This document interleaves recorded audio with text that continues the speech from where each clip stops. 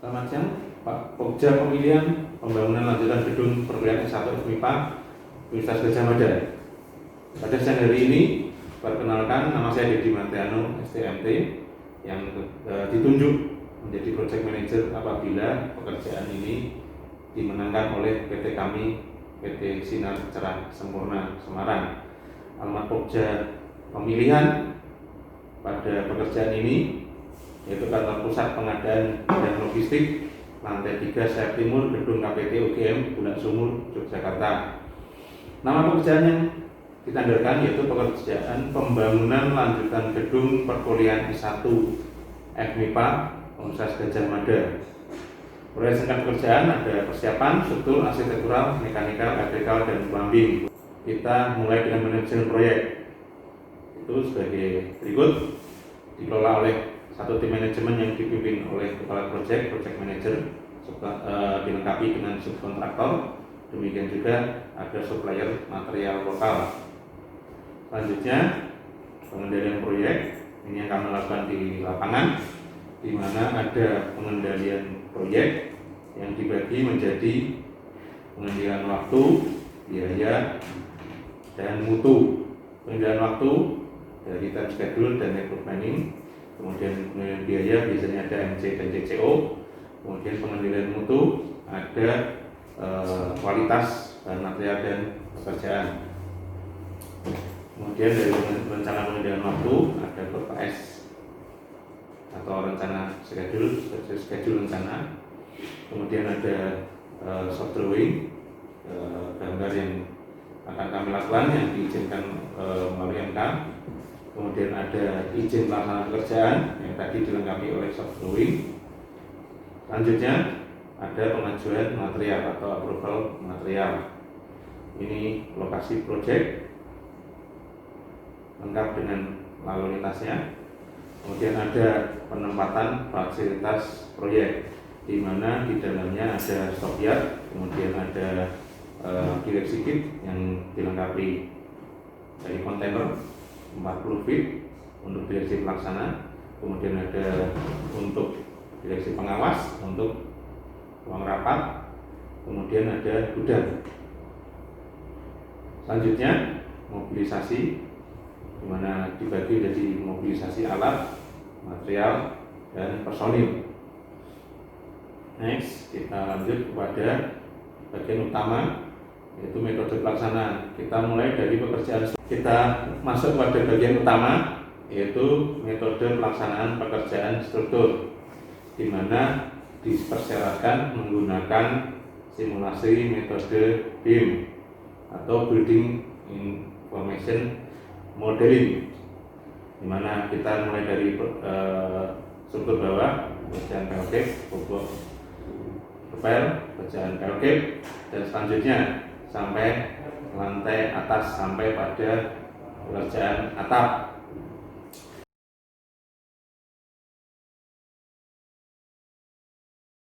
Lanjutan gedung S1 FMIPA Universitas Gadjah Mada oleh PT Sinar Cerah Sempurna. Berikut lokasi pembangunan proyek FMIPA S1 lanjutan FMIPA. Di sini ada penempatan titik TC yang akan kita gunakan adalah 50 meter, 50 meter. Kemudian ini adalah simulasi dari pekerjaan struktur dengan menggunakan BIM 3D modeling. Jadi kita bisa membuat simulasi setiap tahapan, menentukan jenis tahapan pekerjaan.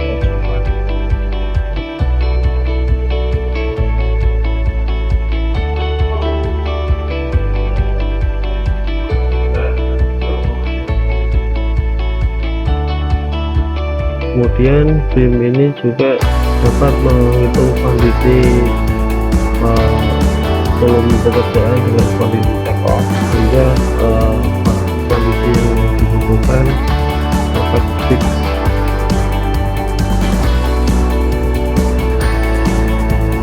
Maka perlu proses dilanjutkan dan di setiap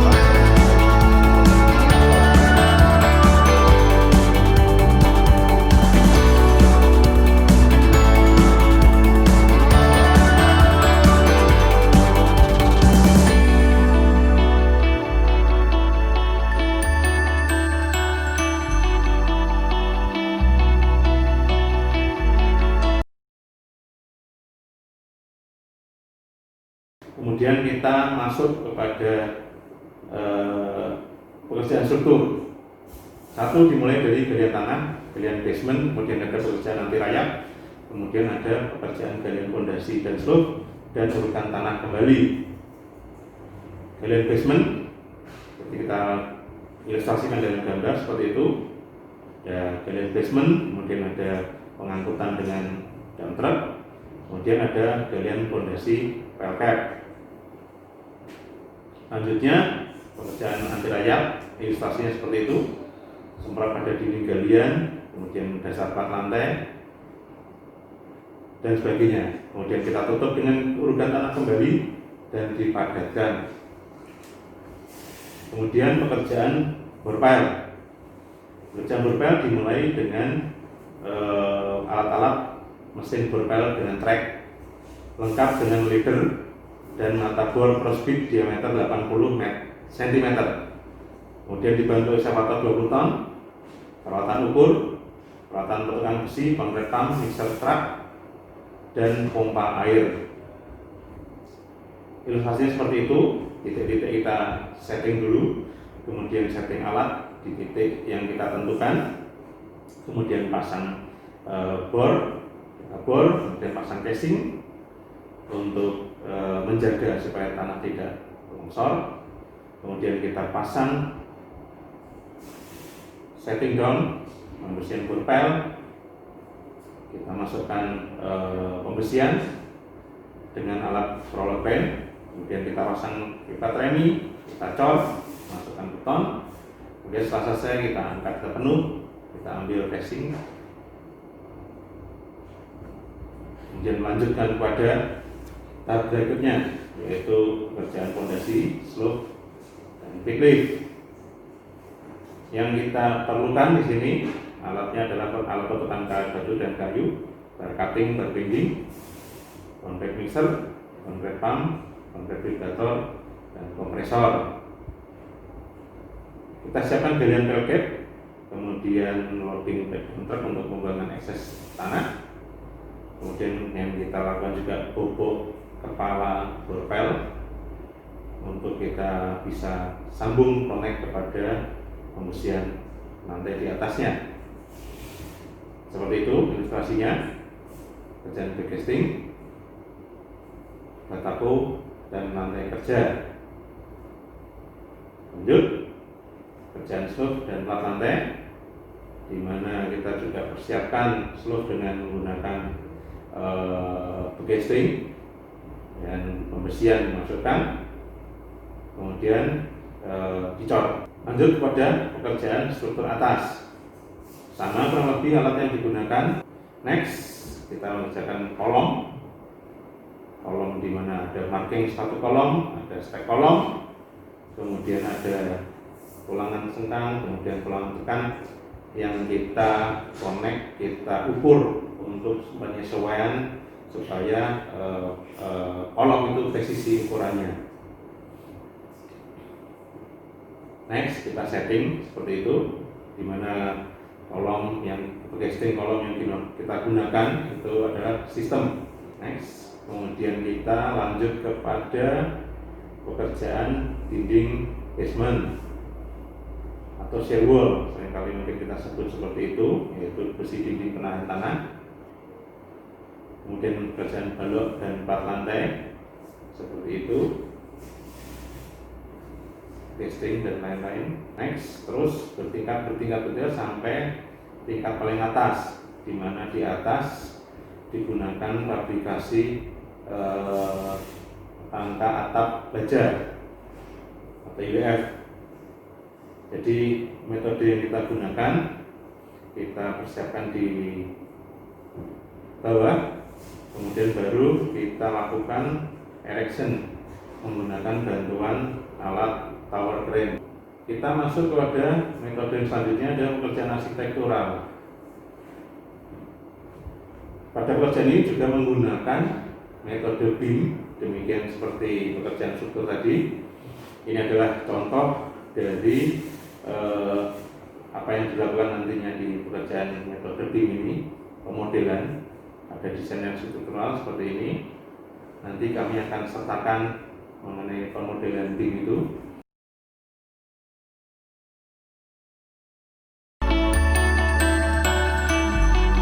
Berikut adalah tim untuk pekerjaan arsitektur khususnya untuk fasad. Dengan tim ini kita bisa melihat fasad untuk kisi-kisi dan yang lainnya apakah terjadi cross atau tidak.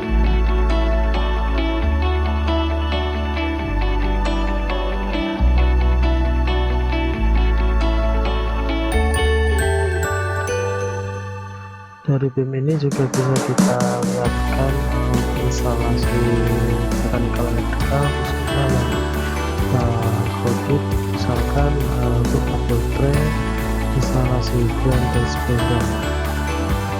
Seperti ini contohnya, apabila terjadi cross di dalamnya kita sudah mengetahui dari awal.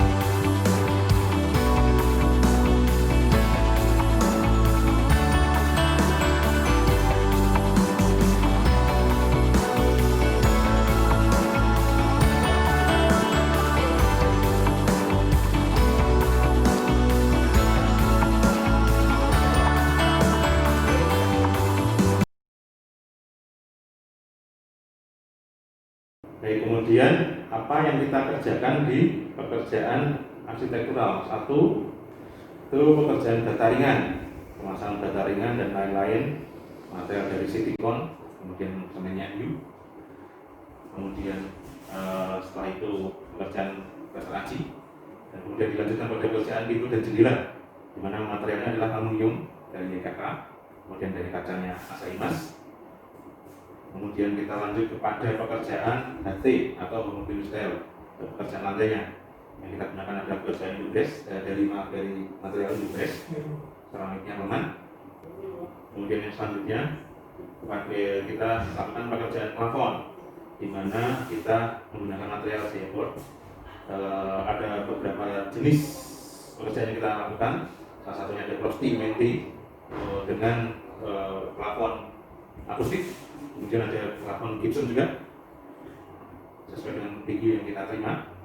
Kita lanjut pada pekerjaan cat, yaitu apa yang kita lakukan yaitu berbagi permukaan dinding dan rapi sampai benar-benar halus.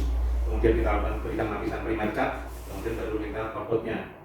Kita lanjutkan kepada pekerjaan railing, di mana ada dua macam pekerjaan, yaitu pekerjaan stainless steel dan pekerjaan pipa. Lanjut. Kita masuk kepada metode yang ketiga, yaitu metode pekerjaan MKP atau mechanical, electrical, dan plumbing. Pekerjaan plumbing seperti itu, jadi kita menggunakan pipa PPR, kemudian juga PVC, ada juga kita menggunakan pompa, berpos, kemudian ada road tank dan valve. Kemudian yang kedua itu adalah pekerjaan hidran, di mana meliputi pekerjaan pipa hidran, joki pump, electric pump, diesel pump, box dan pilar, kemudian ada semis, kemudian ada valve, ada sprinkler. Kita lanjut pada pekerjaan mechanical electrical yang ketiga, yaitu pekerjaan tata udara atau pekerjaan AC, di mana kita menggunakan AC, dingin, juga ada pipa refrigeran, insulasi, diffuser dan grill, kemudian ada exhaust fan. Yang keempat, pekerjaan lift. Ini adalah pekerjaan yang cukup membutuhkan waktu yang cukup panjang karena masalah pengadaan, di mana lift ini perlu kita support dulu mengenai lorong liftnya, kemudian big liftnya dan segala macam, dan juga ketepatan pengiriman material dari pihak spesialis. Kemudian yang selanjutnya pekerjaan elektrikal itu meliputi pekerjaan listrik, penerangan dan stop kontak utamanya. Kemudian ada juga pekerjaan panel, TL, TM, dan trafo. Kurang lebih speknya seperti ini. Kemudian kita lanjut kepada pekerjaan penangkal petir. Seperti itu, ada bonding dan segala macam. Kemudian kita lanjutkan kepada pekerjaan telepon, yang kita support unit teleponnya, pengkabelan, dan conduit dan junction. Kemudian ada pekerjaan data, ini yang biasanya diminta oleh pihak UGM, yaitu menggunakan wireless access point dan switch dari Cisco. Next, pekerjaan tata suara.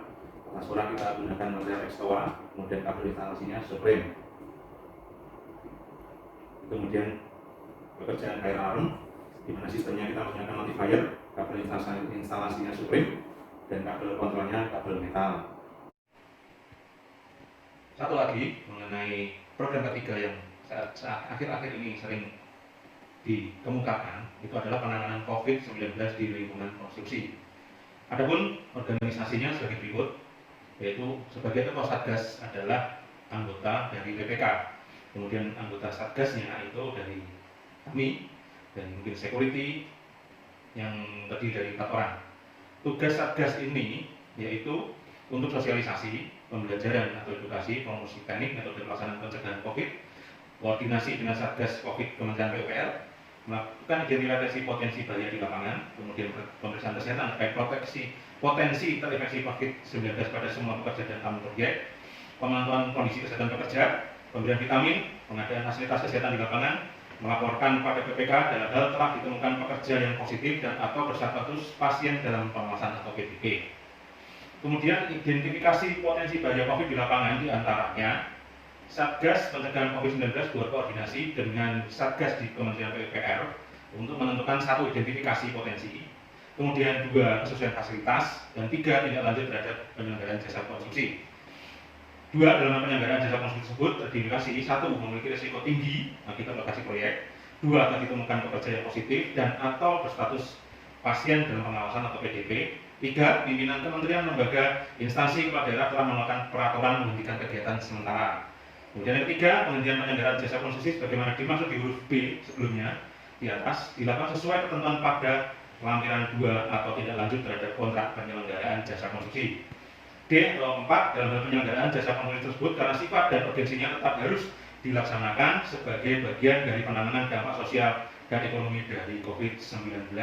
Penyelenggaraan jasa konstruksi tersebut dapat diteruskan dengan ketentuan 1. Mendapat persetujuan dari Menteri Pekerjaan Umum dan Perumahan Rakyat, 2. Melaksanakan protokol pencegahan COVID-19 dengan disiplin tinggi, kemudian 3. Menghentikan sementara ketika terjadi atau telah ditemukan pekerja positif atau berstatus pasien dalam pengawasan untuk melakukan penanganan sesuai protokol pemerintah.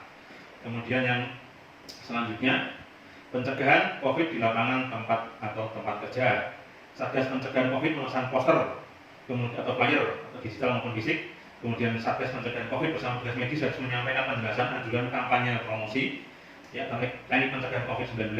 Yang C, 3, petugas medis bersama para satuan pengaman melakukan pengumpulan suhu tubuh kepada seluruh pekerja dan karyawan setiap pagi, siang, dan sore. D, Satgas Pencegahan COVID-19 melarang orang, seluruh pekerja dan tamu yang terindikasi memiliki suhu tubuh di atas 38 derajat Celcius datang ke lokasi pekerjaan. Apabila ditemukan pekerja di lapangan sebagai pasien dalam pengawasan atau PDP COVID-19, pekerjaan akan dihentikan sementara paling sedikit 14 hari kerja. Kemudian selanjutnya, petugas medis dibantu satuan pengamanan security staff melakukan evakuasi dan penyemprotan desinfektan pada seluruh tempat, fasilitas dan larangan pekerja, dan penghentian sementara dilakukan hingga proses evakuasi dan penyemprotan desinfektan setelah pelaksanaan pemeriksaan kesehatan dan isolasi tenaga kerja yang pernah dilakukan kontak fisik dengan tenaga kerja telah selesai. Kemudian penyediaan fasilitas atau pelaksanaan protokol kesehatan COVID-19. 1. Disediakan ruang klinik kesehatan di lapangan yang dilengkapi dengan tabung oksigen, maupun badan, pengukur tekanan darah, obat-obatan, dan petugas medis. 2. Bekerja sama operasional perlindungan kesehatan dan pencegahan COVID-19 dengan rumah sakit dan atau pusat kesehatan masyarakat terdekat untuk tindakan darurat emergensi. 3. Menyediakan fasilitas tambahan, mencuci tangan, tisu, masker, dan juga hand sanitizer bagi seluruh pekerja dan tamu. Terakhir, akan menyediakan vaksin, vitamin, dan nutrisi tambahan untuk peningkatan imunitas pekerja. Demikian, kita lanjutkan kepada program Keselamatan Kerja K3.